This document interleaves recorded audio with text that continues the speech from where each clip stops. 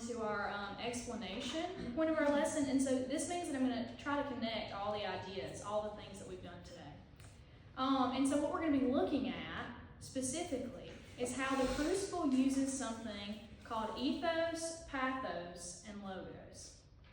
And specifically how it uses these to exert power in the story. So earlier, in our little Mentimeter poll that was popping up here, many of you said that hail seemed to have kind of the most power in the story. And then when we were doing our little Padlet activity, your character placements, like, y'all very much disagreed. They were all over the place. Like Winston, over here you were saying that John had the most power, whereas over here I heard someone say Abigail. So we kind of disagreed on this, which is good. But now we're going to analyze the appeals kind of behind those power shifts, so your thinking becomes even stronger and more evidence-based. All right. So before we can just jump into examples from the play, let's make sure we all remember and we all understand what ethos, pathos, and logos are. So starting with ethos, we see that ethos is a rhetorical appeal, meaning it is a way that we speak in which we appeal to authority and credibility. So this is all about like appealing to somebody's reputation, or like in this story specifically, it's a religious text, so appealing to authority in God. Then we see that pathos is all about emotion. And is there a character in particular that uses emotion a lot in the story? Can we think of someone on the top of our head? Abigail, yes. And so this is when in this story in particular, Abigail is using fear. And so we see that she appeals to pathos. And then finally we see logos as our last one. And we see it deals with logic and reasoning. So this is all about using facts, evidence, etc., to make strong arguments. All right. So today our focus is how do these appeals show power or maybe an imbalance of power in Salem. And so we're going to look at some examples together.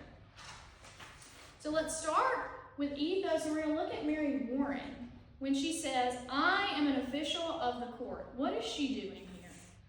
She's flexing her power. She's flexing her power, yes. So she is elevating herself socially. So before this, Mary Warren, she had very little authority. She was just like a timid servant girl. But now she's really leaning on her position to give herself some weight. So some of y'all kind of ranked her middling of power on our little exercise we did earlier. So let me ask you something. How many of you, looking at this quote and Mary Warren saying, I'm an official of the court, some of you did say that Mary Warren was low power. Would you change your mind at this point in time, or do you agree that she was low power? No. You would change your mind, Ricky, and you would not. Would you, Fancy? Is that you're saying no? Yes. Okay. And so Mary, she doesn't suddenly become brave or wise in the story. She doesn't gain some sort of knowledge. She simply becomes credible in the eyes of society, in the eyes of Salem, because of her job title, because she has joined the court. And so this is an example of her using ethos, of her using her authority, using her position to persuade. And then we see an example of pathos. Of course, as we said earlier, Abigail is the best example of pathos, where she says, let either of you breathe a word, and I will bring a pointy reckoning. This is pure fear, right? She's using emotional pressure to control the girls and keep them silent. There's no logic here. She's not saying that, like, I'm a member of the court. She's not saying that, I am high up in the church. She's threatening them. And so she's using pathos here, saying, if you betray me, you should be terrified of what I'll do. Let's see. Quick volunteers, why do you think fear is more powerful than authority in a town that is already full of anxiety? Why is fear more powerful than authority? Most of y'all said that.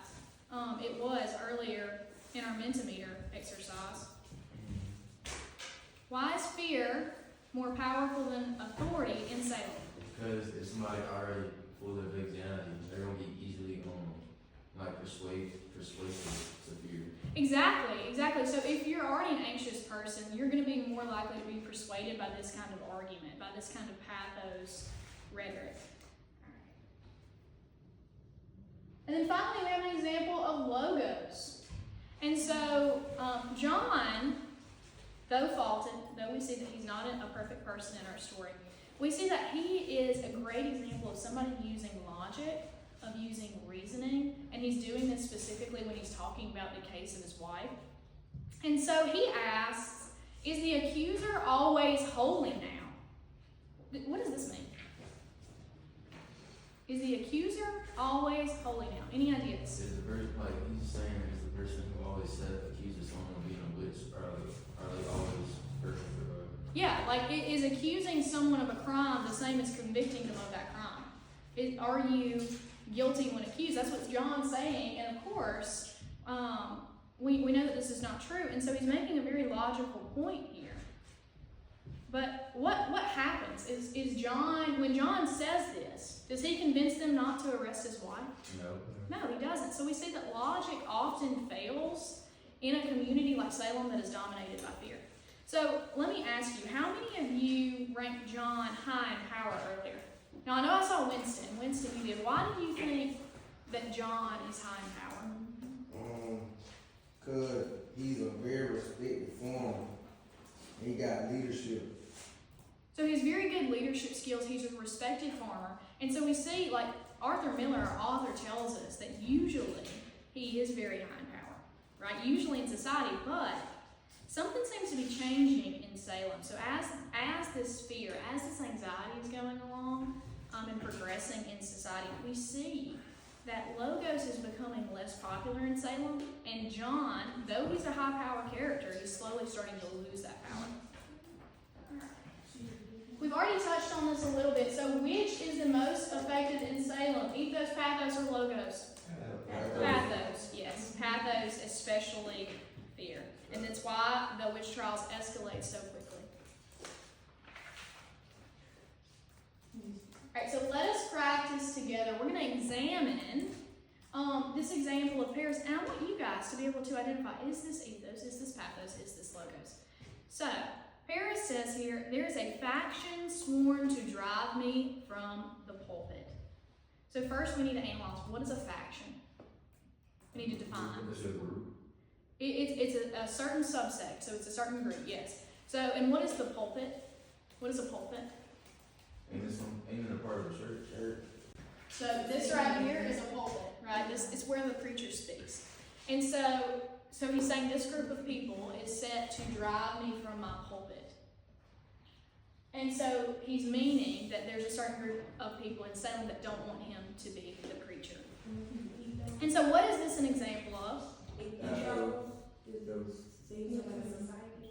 So I'm hearing ethos and I'm hearing pathos. Jordan, you say that it's ethos because he's talking about his position in society, and you would be correct. Someone said pathos. Why pathos? Because they might be trying to use fear to get him to not be the preacher anymore. Exactly. So they're trying. Well, he's saying that people are trying to not get him to be the preacher anymore, and so the person he's talking to, he's being emotional about this. Like this is an emotional sympathy. He wants people to feel sympathy for him.